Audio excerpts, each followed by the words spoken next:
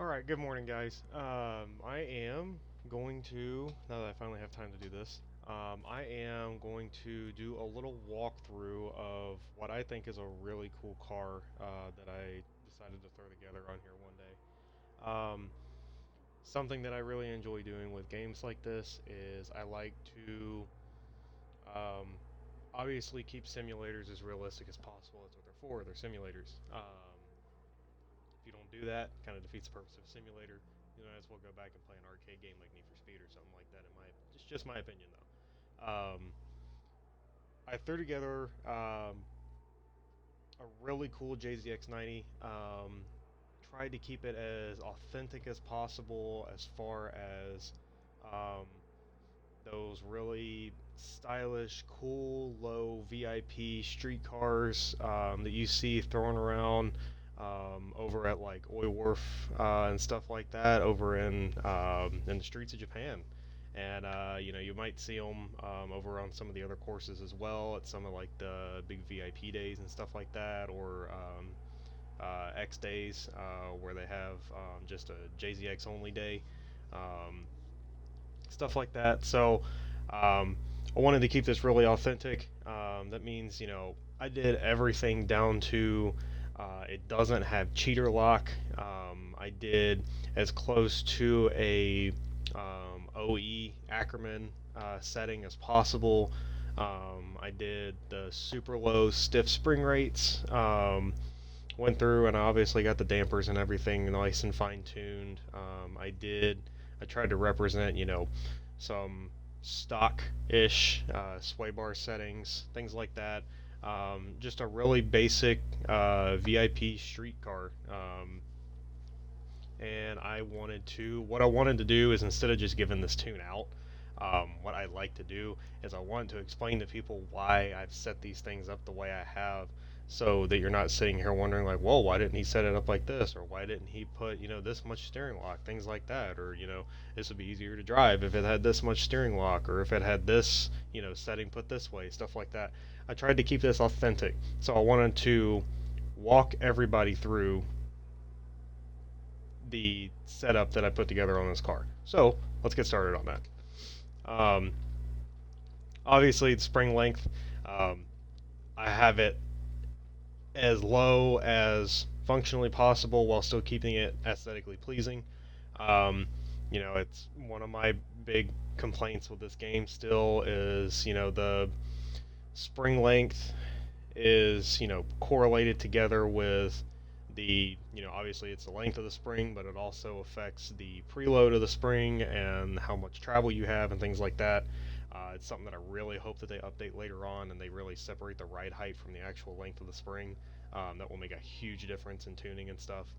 Um, Spring rates, 200 front, 160 rear. That's going to translate to a 20K, 60K spring rate setup. It's a really stiff spring rate. Obviously, it's a heavy car, but these are the kind of spring rates you're going to see on super low setups. Um, Dampers, these are personal preference for what felt good with the spring rates and the ride height and stuff like that with the way this car is set up.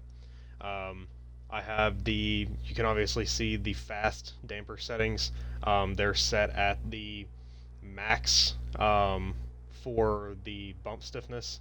And then obviously I have the rebound set at max as well. It's at I have the bump at the 50% setting of the rebound.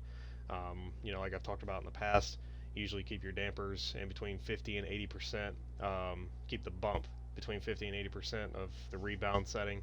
I have it at 50% right now, so I haven't maxed in both categories.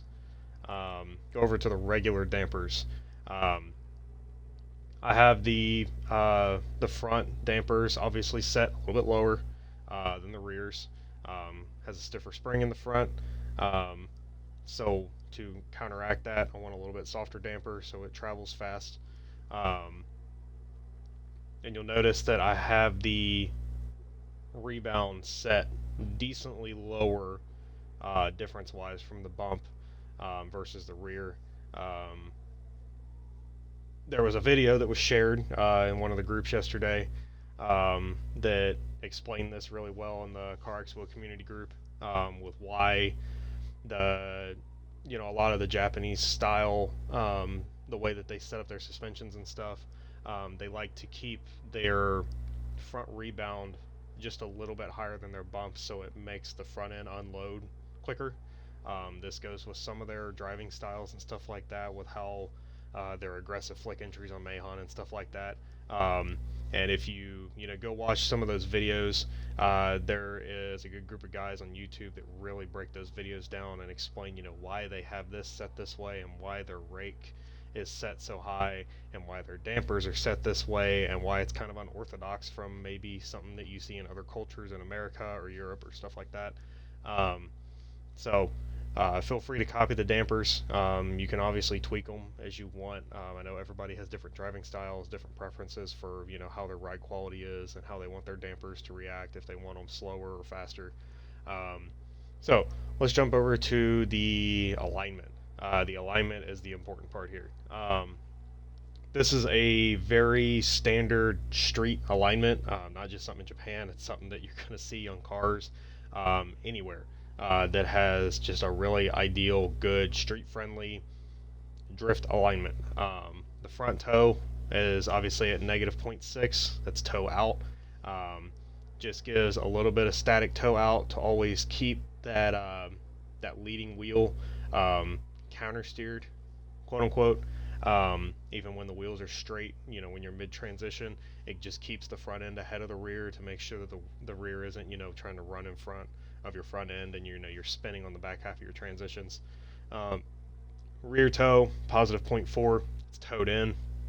Keeps the rear, makes it want to fight against over-rotating.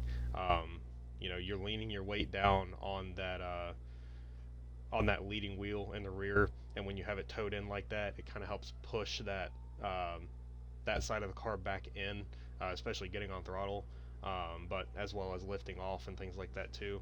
And it just really keeps the back end in check and gives you some control over it, and keeps it from not wanting to over rotate on you.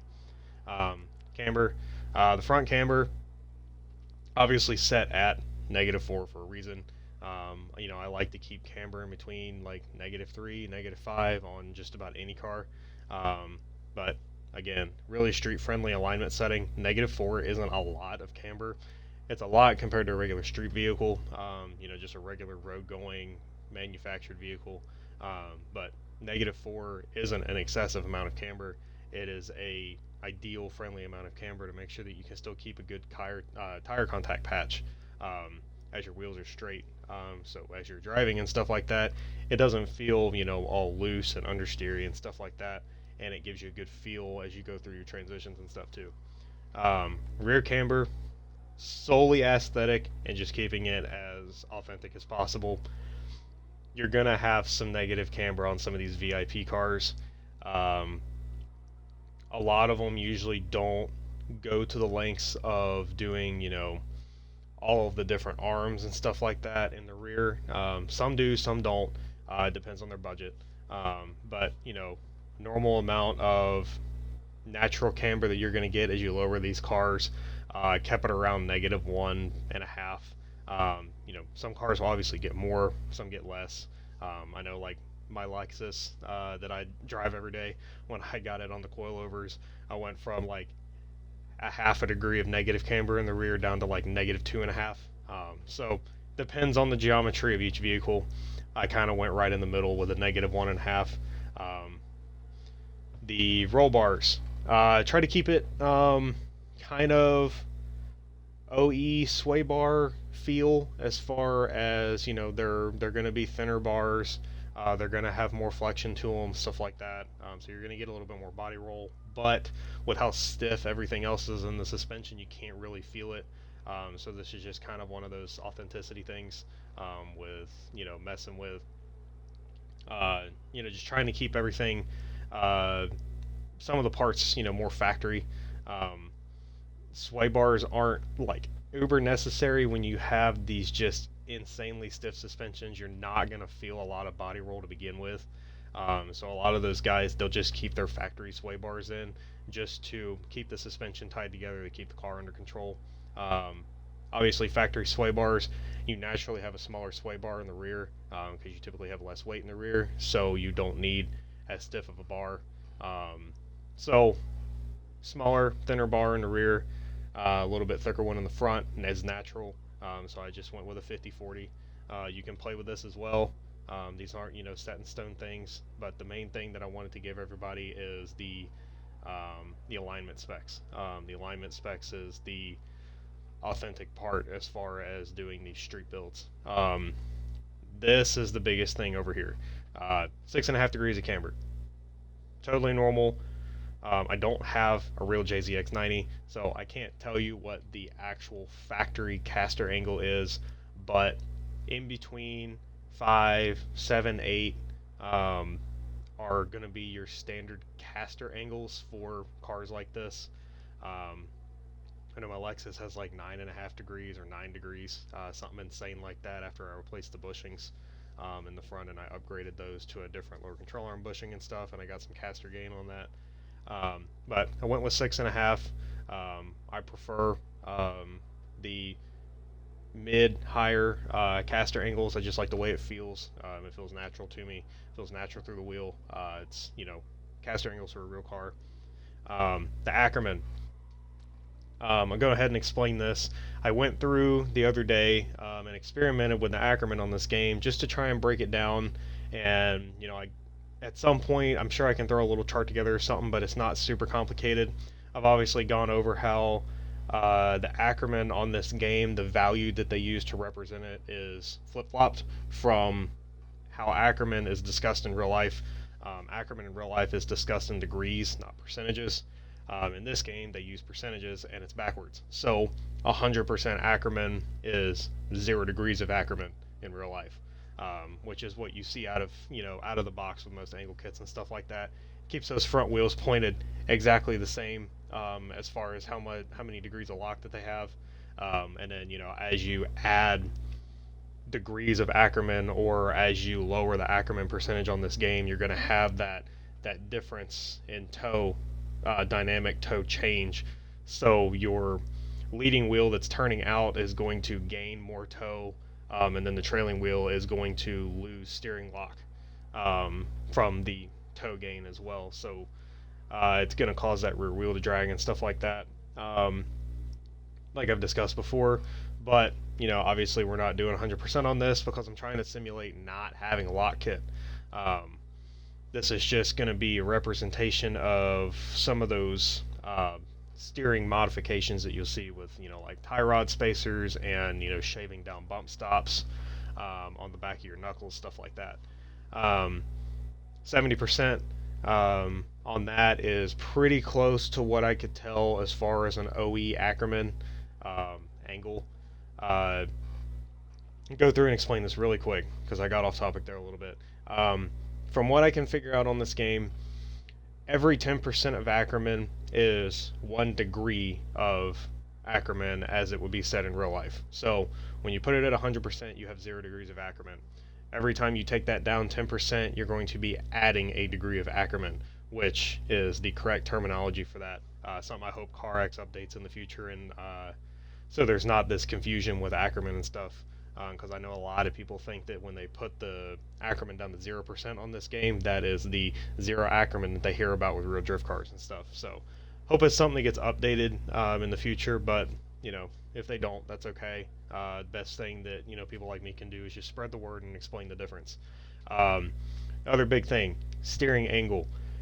You don't have 60, 65, 70 degrees of lock out of real cars that you're going to see driving around on the street every day.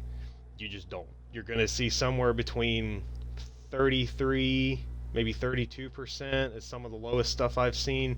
I know trucks might be lower, all the way up to, maybe 50 degrees if you're lucky, depending on the car, but that's pushing it still. Usually you're going to see maybe upwards of like 45 degrees max on your steering angle.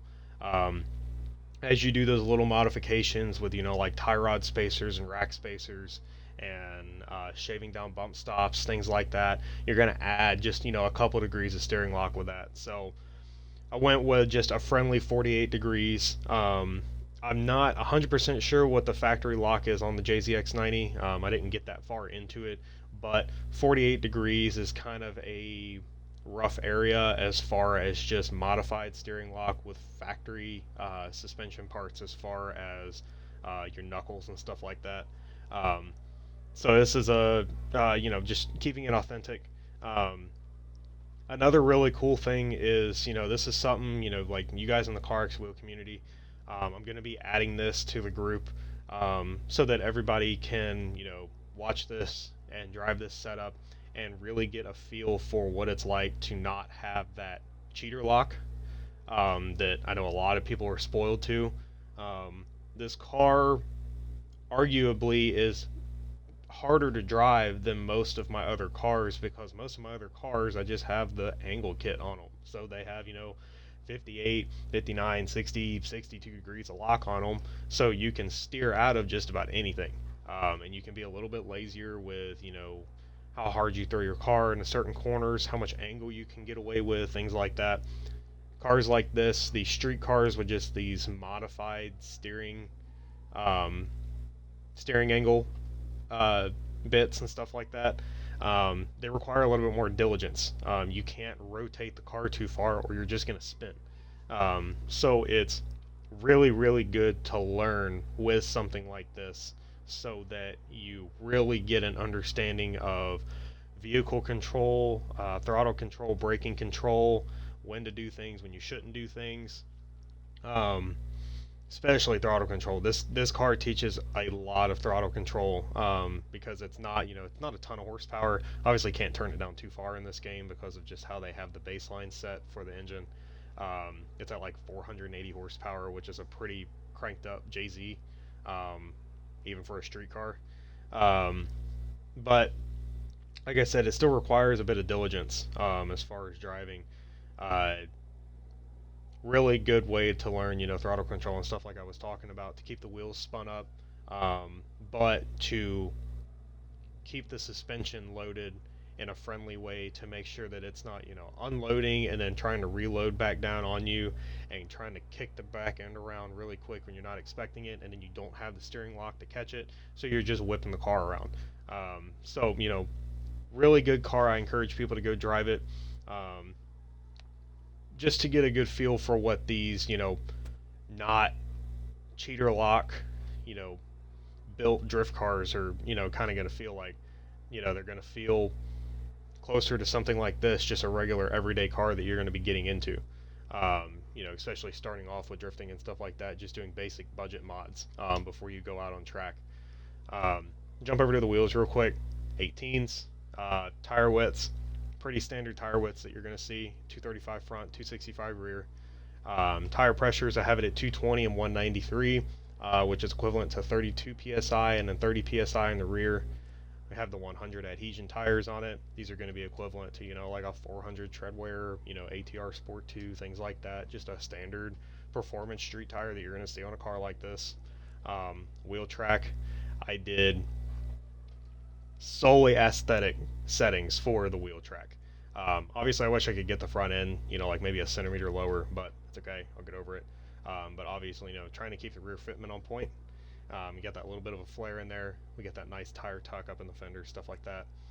Tire profile, 30% front and rear. Again, standard tire size that you're going to see on a car like this. Really short rubber band tire. Jump over to the engine. Just show you guys a quick clip of this. I have it set at a pretty realistic setting as far as the I kept the torque band low. Things like this can be tuned on a real car depending on the ECUs and stuff that you're running. Tried to keep the rev limiter on the lower end, keep it a little bit more realistic. I don't have this crazy wound out JZ in this thing. I've got the air pressure for the turbo turned down as far as I can go while still keeping it turbocharged. I wish I could turn this down to like maybe 350 horsepower or something like that, just to keep it even more authentic. Make it feel like a 2JZ GE with a turbo kit or something on it, and then just a few pounds of boost, just to really give it that effect, or maybe a GTE swap with a couple more pounds of boost thrown on top of it.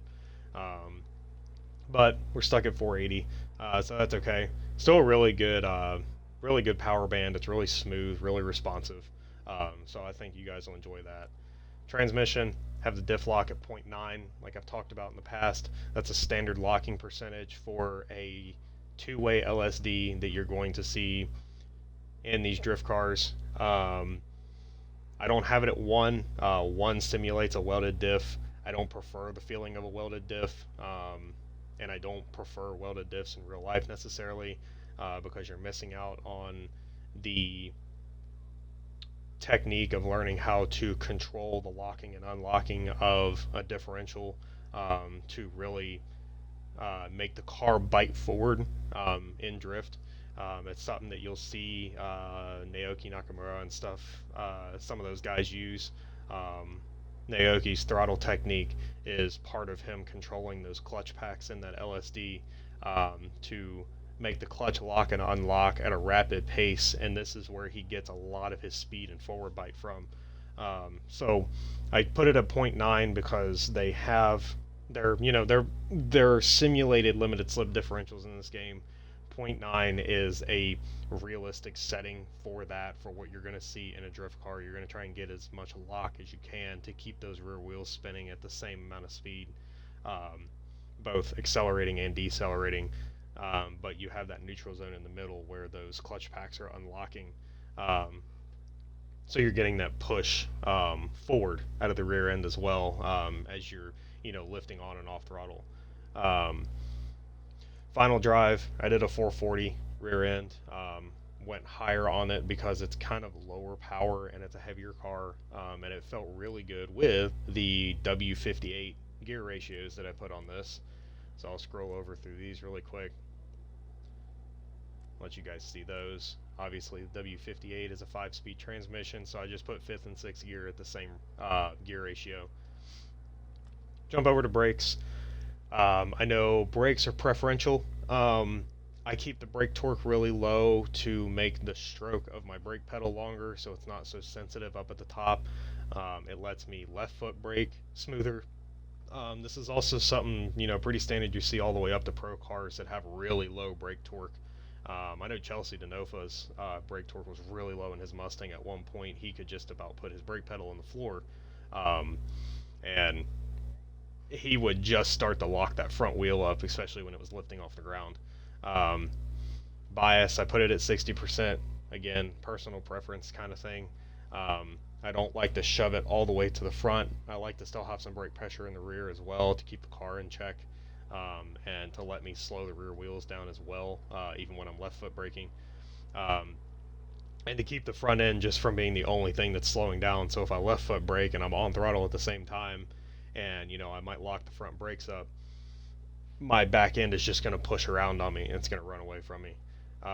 So went through that. I hope you guys really enjoy this setup. I really encourage people to drive it. Be patient with it. It's a really fun, smooth car, and it's going to teach you different techniques versus being spoiled to having all that steering lock and stuff like that.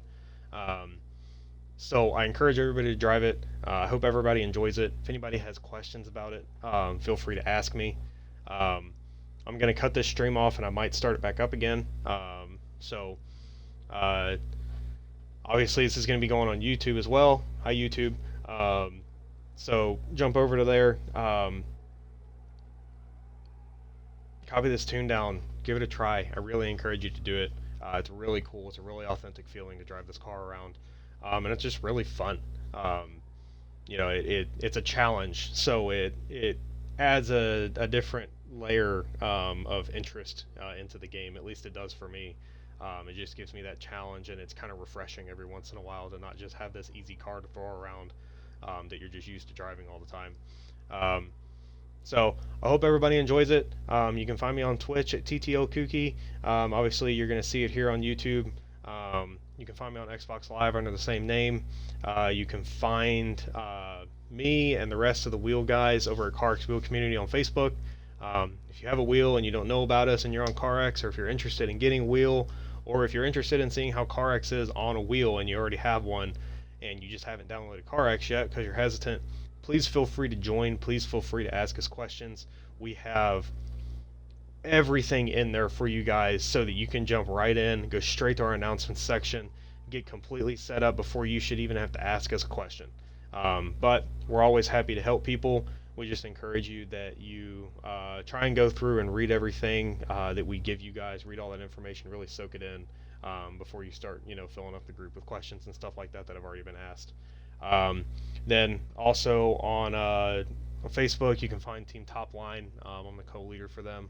I've been with them for, oh goodness, going on a couple years now. We're just a great group of guys. We like to get on, have fun, get laughs, stuff like that, and just really relax. And then we compete every once in a while as well too.